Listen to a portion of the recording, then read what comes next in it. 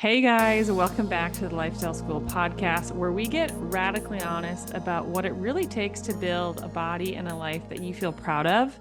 I am Hope, and today we're diving into a topic that hits hard every single new year. I know we just finished Thanksgiving, but we're going to talk about detoxes, cleanses, flushes, resets, purges, etc. Okay, so it's that time of year. You're going to start seeing the ads. You're going to start seeing the influencers. You're going to see the $200 juice cleanses, the 10-day detox teas, the miracle liver flushes, and the foot baths that turn brown and convince you that toxins are pouring out of your body.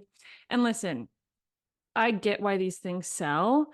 By January, typically people feel done, done with sugar, done with like the crazy stress, with the wild late nights, and done with feeling just totally bloated, puffy, inflamed, or just really stuck. Or maybe your pants are no longer fitting, right? And the wellness industry knows this, and they know that you're vulnerable. To be perfectly clear, they know that you're craving a fresh start.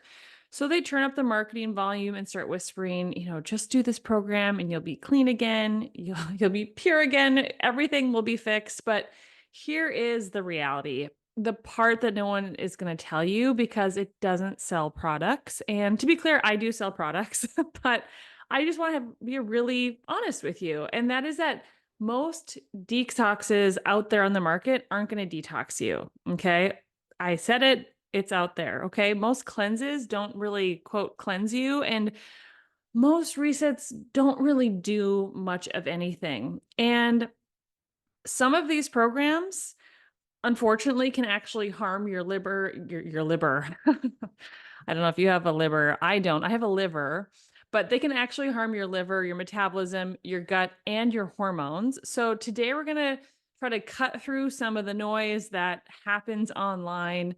And you're going to learn about your body's detoxification systems, what they actually are, how they work in, your real physiology, why so many trendy detoxes backfire, and what you can do instead to support your body in what is unfortunately a very toxic world that we live in, right? And how to create a true life-giving reset for the new year without starving yourself, stressing, or punishing yourself. Okay.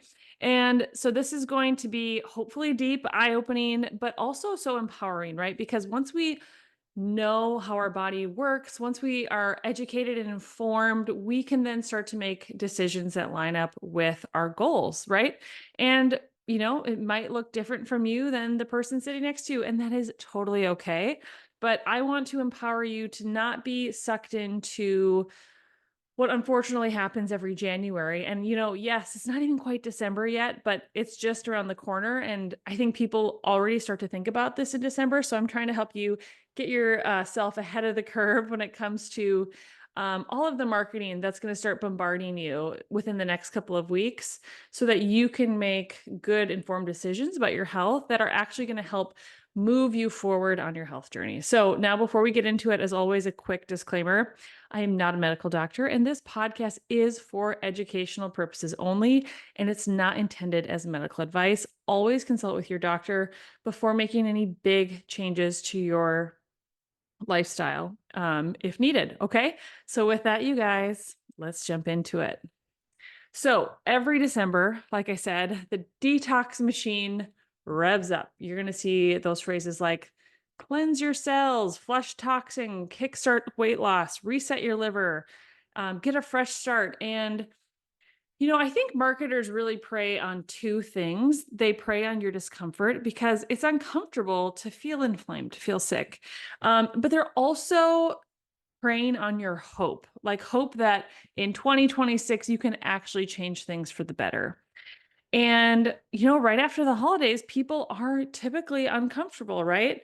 The bloating, the sugar crashes, all of the wine, the travel, the stress, it truly catches up with many of us, right? So when someone says, like, do this 3-day detox and you're going to feel like a new person, people buy it. And in some, ways, I can't blame them, because you're reaching for something that is going to hopefully help you feel better. And Most of us by December, maybe when you wake up January 1st, depending how you choose to celebrate, hopefully you're sick and tired of feeling sick and tired, right? But what they don't tell you is this, is that your body already has a detoxification system, and it's more powerful than any program on the market that you could buy. So truly, you just have to support this system and not starve it. It's to really detox and feel better, right? So before we talk about what not to do, we need to talk about what your body already does beautifully every single minute of your life. And also something I want to be clear, I do think before we get into how our body works is I do think there are some great detoxification programs. And these programs help support your body's natural process, right? And when you're looking at a program, like to be clear, I have a 10 and 28-day detox program in my supplement store that I've done before. And, the functional medicine clinic, we have worked to help detoxify different things for people.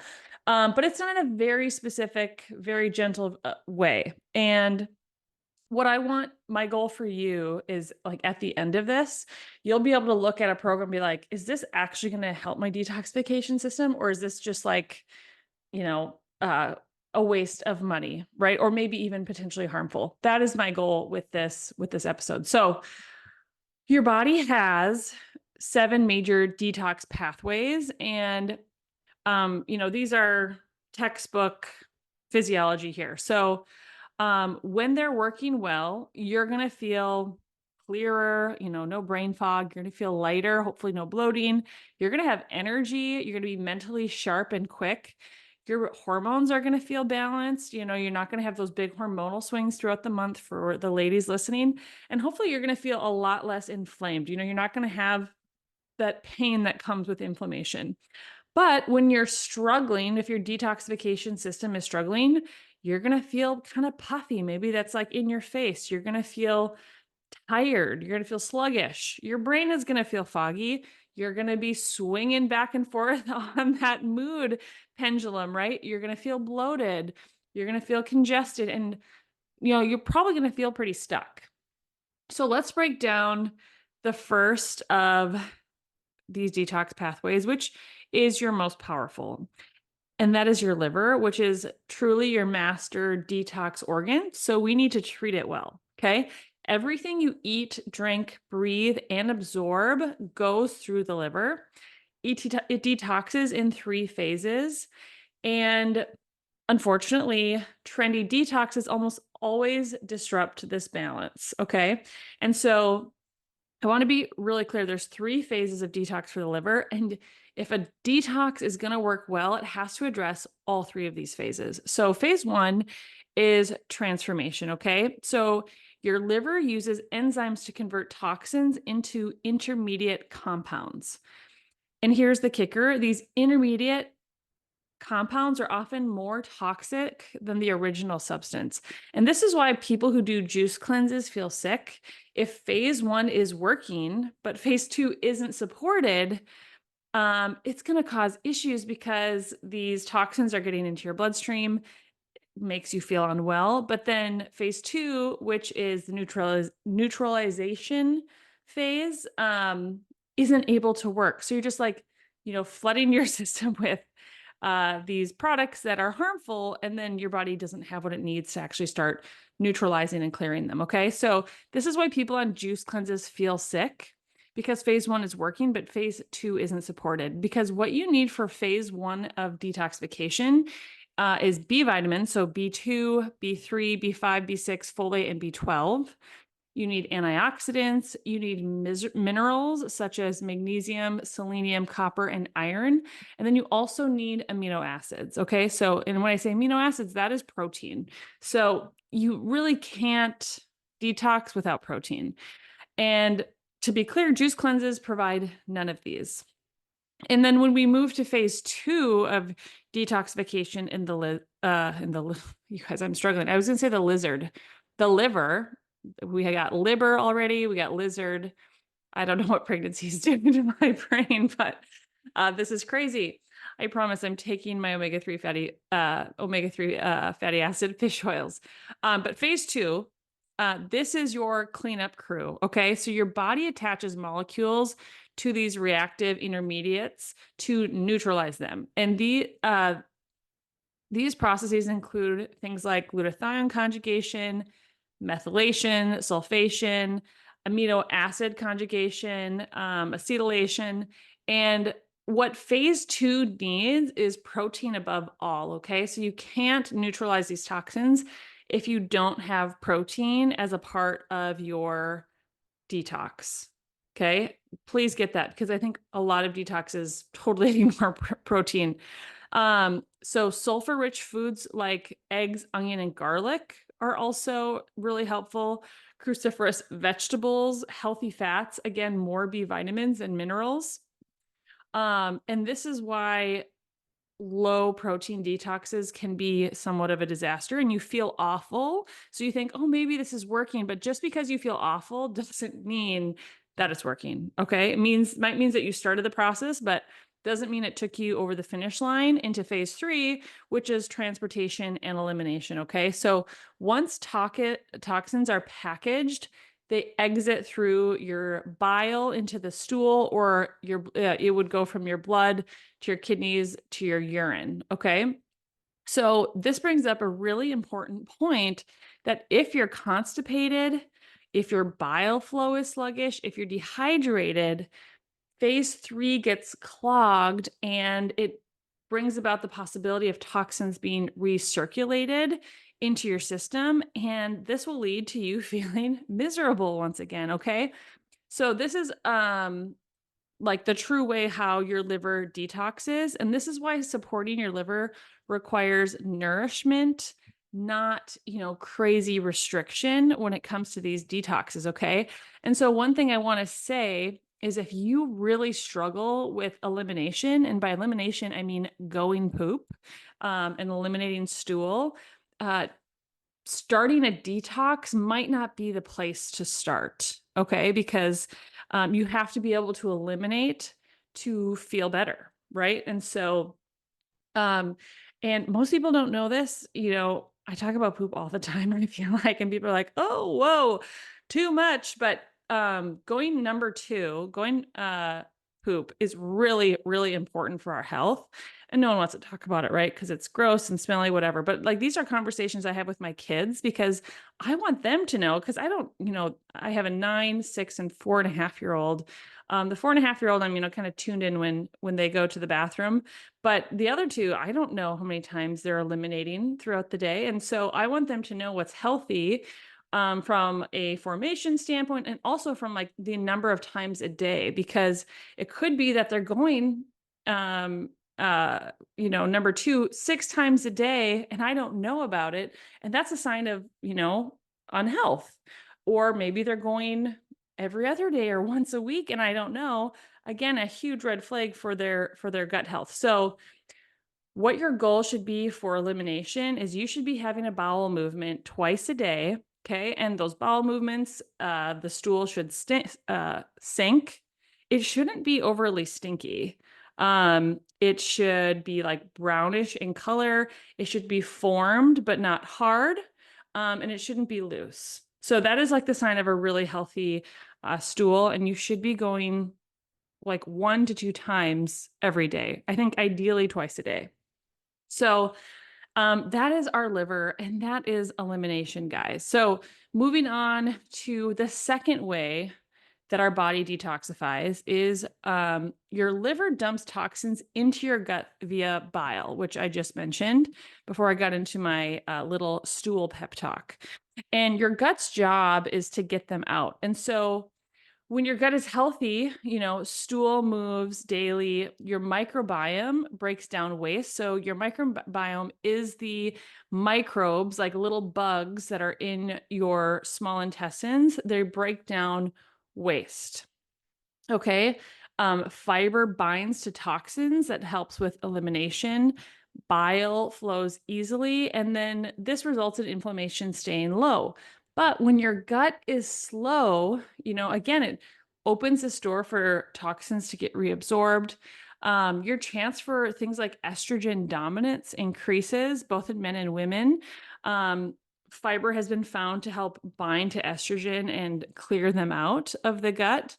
Um, and inflammation rises, and then, your detoxification stalls because we have to be able to eliminate that waste. And sometimes this makes symptoms worse, right? You can't detox without regular bowel movements. And so this has to be something that is really tended to, and our gut health has to be tended to if we want to have, a healthy detoxification system. And if we just want to be healthy in general, we have to take care of our gut because our gut is a huge, and by gut, I mean our small and large intestines. We have to be really mindful about how we treat our gut, right? And many people don't know this, but we have anywhere from 3 to 5 pounds of microbes, so little bugs that live in our small intestine. And our small intestine, the surface area of our small intestine is actually about the size of a football field. Okay, think about that. That is a lot of surface area. And that's because there's like these little finger-like projections that come off the wall of our small intestine that increases the surface area. And, it all has a really important job. And so when we eat ultra processed foods, when we live a super stressed life, we break down not only like the surface area of our small intestine, but also those microbes, those 3 to 5 pounds of bugs in our gut become altered. Okay. And so I always tell people you have good gut bacteria and you have bad gut bacteria. And anytime you take an antibiotic, you wipe out all your gut bacteria. Okay. If you're taking oral antibiotics. And so we got to make sure that we have more good bugs in our gut versus bad bugs. And then, if it's the scale is tilted in the wrong way, you end up things with like IBS and SIBO and all sorts of host of different issues in your gut. Food sensitivities, might trigger an autoimmune issue and whatnot. So we got to tend to our gut. It's super important. I did do an episode on digestion, digestive health, gut health. I didn't write down, guys, what episode that was, but if you search under the Lifestyle School podcast, I'm sure it will come up for you. The third pathway is our kidneys, which are our blood filters. Okay. So your kidney filters about 150 quarts of blood per day. Okay. And what they do is they remove water soluble toxins, drug metabolites, excess hormones, nitrogen waste, and electrolytes. And what really hurts our kidneys' ability to detox are things like high blood sugar. So that's why in Lifestyle School, we're always talking about our blood sugar. We don't want these big roller coaster high peaks and then low lows. We want a nice, stable blood sugar so that our kidneys aren't being stressed. Okay.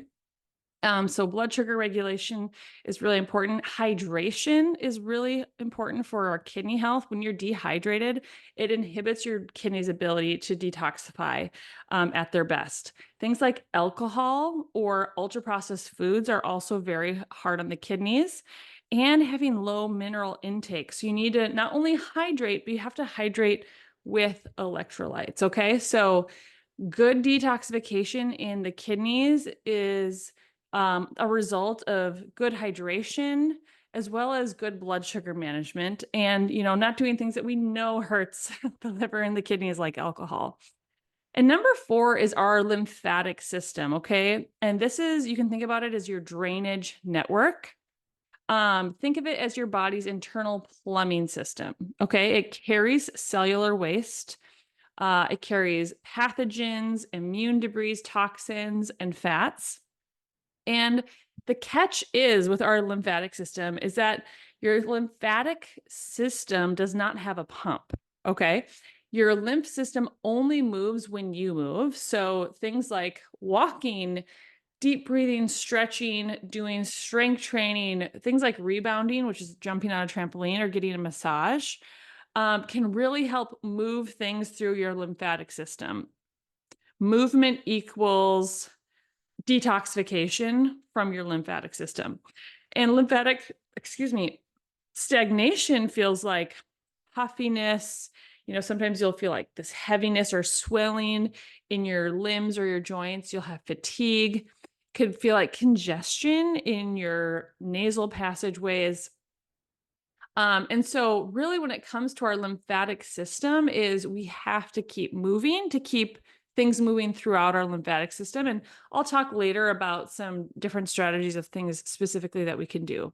And then number 5 is our lungs. So, and I want to be clear, as we go down, like I'm trying to start with the most important, our biggest bang for our buck for for our body's natural detoxification system, kind of to the least, right? And they all play their own part in this. But number 5 is our lungs. The lungs detox every second through exhalation.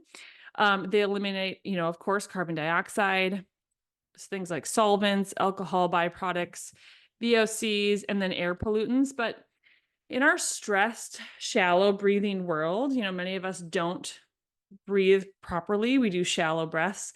Most people are barely using their full lung capacity. And so doing deep intentional breathing can actually help detoxify you, which is, I think, very interesting. Number 6 is the skin. So think of sweating plus our shedding system. Sweat is not your primary detox pathway, but it definitely matters. Things that can be released via your sweat are things like BPAs, phthalates, some heavy metals, ammonia, urea, and your skin sheds waste as it renews itself, right? So we're always shedding like skin cells, which is kind of gross when you think about it. But exercise sweat, induced sweat is ideal because you're getting that dual lymphatic and, just like sweat release for detoxification. And, doing a sauna can also be a really great way to promote that as well, especially if you're someone who has a hard time sweating. And number 7 is our hair and nails. And you've maybe heard this before, but this is like, think of a very slow release detox. And, this is a minor detox pathway, but they show long-term exposure to heavy metals or different toxins. And so your body excretes toxins through your hair and nail growth, especially metals specifically, which is why I said that. And that's why, environmental testing often includes doing like a hair analysis. So hopefully that gives you kind of a baseline understanding of your body's natural detoxification pathway. And now that you understand how detox physiology works, hopefully you can see the flaws in, trendy detox programs, and it becomes quite obvious, right? So let's kind of break down some of the biggest issues that come up. So detox are almost always extremely low in protein. Okay. That's always the number one thing you should look for because phase 2 of detoxification depends on amino acids, which is what protein is made of, right? So if you don't have protein, you're not going to have any detoxification in any meaningful way. And this is why people on juice cleanses often feel nauseous, foggy, exhausted, maybe bloated, moody, achy, any of these things. It's because it's not detox. What's happening is like a biochemical traffic jam, essentially. And the second problem that I see commonly in specifically juice cleanses is that they spike your blood sugar and inflame your liver. So some juices contain anywhere from 30 to 45 grams of sugar each. And let's say this juice cleanse is like have 6 bottles a day of this juice. And, juice, many times they're stripping out all the fiber, which is like the buffer to natural sugars that are in fruit and vegetables. And so like if let's say if it has 30 to 45 grams in each, which honestly isn't outrageous, multiply that by 6 bottles a day and you're drinking 150 to 200 grams of liquid sugar. And if you've been around for a while, hopefully this is like putting off alarm bells in your brain and you're like, oh yeah, this makes no sense, right? Because this overwhelms your liver. It skyrockets your insulin. It's going to worsen inflammation, destabilize your blood sugar. It's going to turn off any fat burning because your insulin has skyrocketed, and it's going to deplete your minerals, all while pretending to quote unquote cleanse you. Okay. So beware of juice cleanses, guys. I want to just say this. I have no love for juice cleanses. And in some cases, extreme detoxes can create nutrient deficiencies, right? So again, to go over some of the different requirements that our detox pathways need. Number 1 is those amino acids. Things like magnesium are super important, selenium, nutrients like zinc, antioxidants, B vitamins, and then those electrolytes, right? And detox diets remove many times a lot, if not all of these, and they deplete the very nutrients required for detoxification. Okay. And number four are going to be things like detox teas and colon cleanses. They have the potential to damage the microbiome. So your gut is essential for detox, like we talked about, but teas or colon cleanses can be harmful. Okay. And I want to be clear because not all, like, supplements aren't regulated by the FDA. And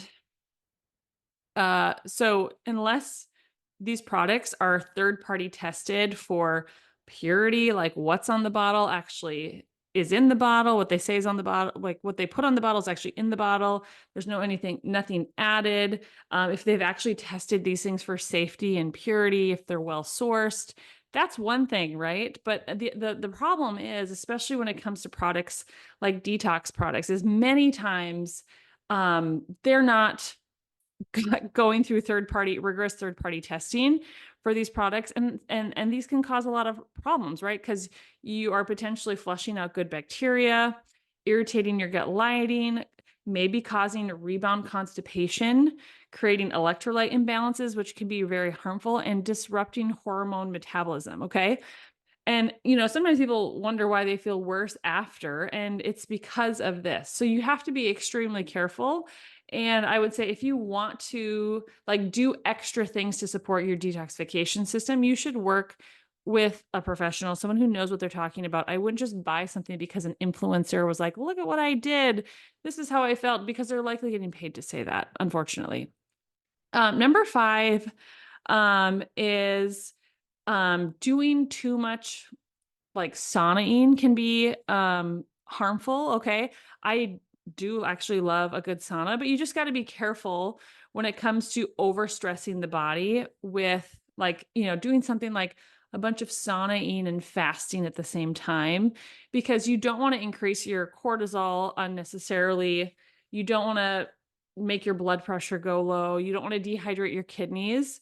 You don't want to stress your adrenals. You want to do it in a smart way. Okay. So anything that's like 0 to 100, I say, let's pump the brakes and let's ask what we actually need in this process to help us feel better. And maybe it's not a detox. Maybe it's really working on our sleep for a while and cleaning up our diet. Right. And then one of my last, points regarding detoxes that people sell that I want to make, and it's not specific about any specific detox, but if you decide to do a detox, we got to keep in mind that this does not address the real lifestyle that's causing these symptoms in the first place, right? You can think of it almost like a little Band-Aid, but if you have an infection underneath, putting a Band-Aid on it isn't going to actually fix the problem, right? So doing a cleanse isn't going to undo poor sleep habits. It's not going to fix, your food choices. If you're eating a ton of sugar, it's not going to help fix, what's driving those choices. It's not going to fix maybe a bunch of alcohol consumption that's not in line with your health goals. It's not going to reduce your stress that you keep signing up for, or maybe is just present in your life. It's not going to necessarily help you get processed food out of your diet, and it's not going to make up for chronic inactivity. So a 3-day fix can't undo, months long patterns of poor lifestyle choices, essentially. And after the detox ends, for most people, these habits remain unchanged. And another bone I have to pick is that so many women, I think, carry guilt and shame, and even men, around their bodies. And I think sometimes the marketing that happens just in general in the wellness space, but specifically, I think sometimes when it comes to detox marketing, feeds into this, you were bad and now you need to cleanse, right? Or you messed up and now you need to fix it. And I just want to put this pin out here for you guys to kind of think about is that shame never leads to true healing or change, right? Like trying to change out of a place of shame doesn't typically lead to the results we want. What we want to do is we want to lean into nourishment. We want to lean into awareness, to consistency and self-compassion for ourselves and meeting ourselves exactly where we're at so that we can move forward. And so let me talk about some like just basic strategies to really support your detox system as we go through this holiday season and into January and beyond, right? So I want this to be very practical take home for you. So I want you to know your body isn't broken, right? It just needs support. And that's, I feel like, what my message is over and over again. So let's walk through some real science-backed ways to detox better literally every single day of your life. Okay. So to start, we have to support our liver, right? And how do we do that? Well, we have to have some good foundational habits in place. And this means, we're eating our meals, we're centering them around protein, right? Protein is very satiating, and it's important. It's like essential for detoxification. And I think for most people, shooting for 20 to 30 grams per meal is a great place to start. Some people need more than that, but I think shooting for 20 to 30 grams per meal is going to be a great place for most people to start.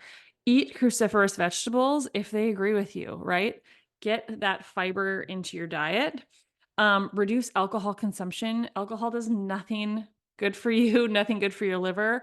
It's one thing if you like really enjoy a special type of wine or IPA beer or something once in a while, but truly, like, I don't really think alcohol brings anything positive to someone's health journey. So that might be something that you need to think about.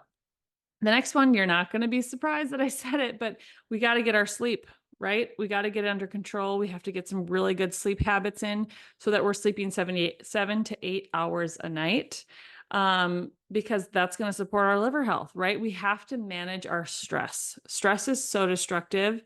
It's hard on every system of our body, and we got to get our stress under control. And then lastly, adding in antioxidant rich foods. Okay. I love to do that in the form of blueberries. That's currently my go-to antioxidant rich food. And some foods that are really great for your liver, I'm just going to list some off, are things like eggs, salmon, broccoli, garlic, onions, blueberries, green tea, turmeric, and then beets. And you don't necessarily need a liver cleanse. What you need to do is feed your liver the right things so that it can do its job properly. That's over the long term going to be by far the most helpful thing for your liver. And number two, we talked about our gut, how our gut health is super important. And so here are some daily gut health habits that you can introduce. Okay. If you tolerate it, and I put an asterisk in it because I do work with clients who don't do well on a bunch of fiber, and that's okay. Everyone is unique and different, but if you tolerate it, working for that 25 to 35 grams of fiber a day for some people can be super helpful. Other people are like, nah, that doesn't work, right? Hitting 8 to 10,000 steps a day is going to help your gut, right? Hydration with electrolytes, eating fermented foods. So, things like sauerkraut. If you tolerate dairy, you could do things like kefir or fermented yogurt, kimchi. These are all going to help with your microbe diversity in your gut. So those good or bad bugs. We want fermented foods. Magnesium is going to help motility in your gut, and then really limiting processed foods. Okay. Shooting for those like real healthy whole foods that you can kill or pick or grow out of the ground. And a healthy gut is going to equal a healthy detox system. And then next is our kidneys. So stay hydrated with electrolytes. You can't do one without the other. Limit alcohol again and sugary beverages. This can be big. Stabilize your blood sugar. So get off the blood sugar roller coaster. And, doing those things that we talked about with the liver are going to help stabilize blood sugar. And then again, focus on whole foods. For our lymphatic system, movement is truly everything. So walk daily. Try to just, not be someone who sits for hours on end. Get up and move around. Go for a walk outside. Just go walk around your house and maybe do some cleaning. I don't know, but move every day. Strength train, do stretching, breath work. And even rebounding, which is jumping on trampoline or doing like gentle lymphatic massage, all of these things help turn on the pump, because you like helps pump your lymphatic system, I should say, because there is literally no pump. So if you're sedentary, your lymphatic system is offline. And next up, we have supporting your lungs. So this could look like practicing deep breathing, walking outside in fresh air, getting exercise where you really open up your chest and your lungs. You're breathing hard. A big one for your lungs too is breathing through your nose. If you're a mouth breather, there's all sorts of negative things that come from mouth breathing. So make sure that you are a nose breather, right? And then improving your posture can also be really helpful for your lungs as well. And then support your skin, right? And sweat through exercise, hydrate, get clean skincare, that's really important. Do the sauna if you enjoy it, gently exfoliate. While it's not like a primary detox pathway, it's a great supplemental one.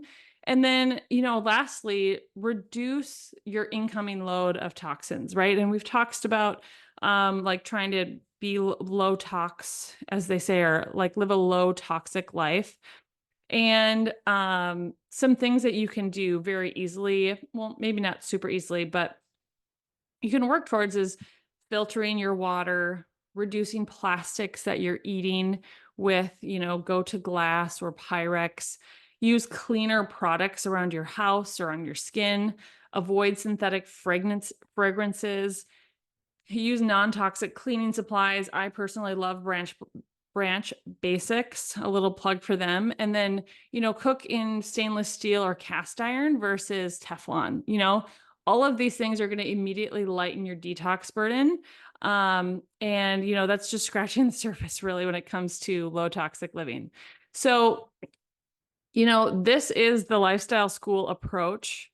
And if you want to do let's do a 7-day detox support reset, right? This is what it would look like.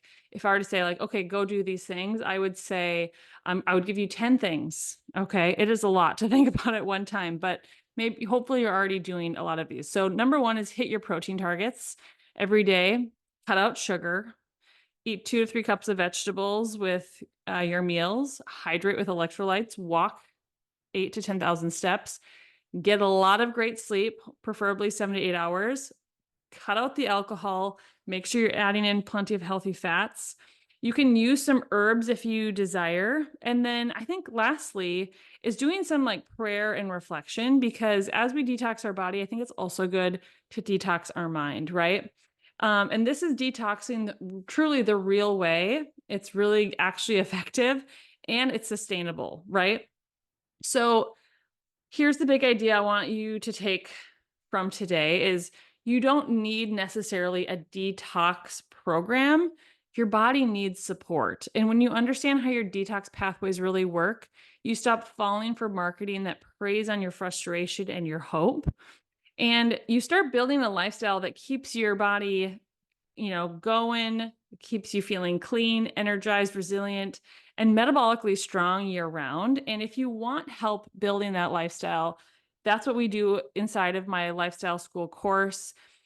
We take, complicated science and turn it into simple tools that you can actually live out day by day and help support you, not just for, 1 month or 60 days of a health change that you're trying to make, but truly, I call this podcast and my course Lifestyle School because my goal is that you are building a foundation and a lifestyle that will last you forever. So, with that, guys, thank you so much for being here today with me.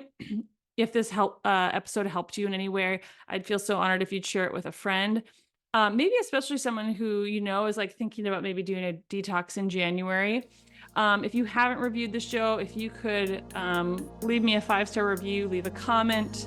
That makes getting the word out about this podcast so much better. So with that, guys, I hope you're having a great start to your holiday season, and we'll see you next time on the Lifestyle School Podcast.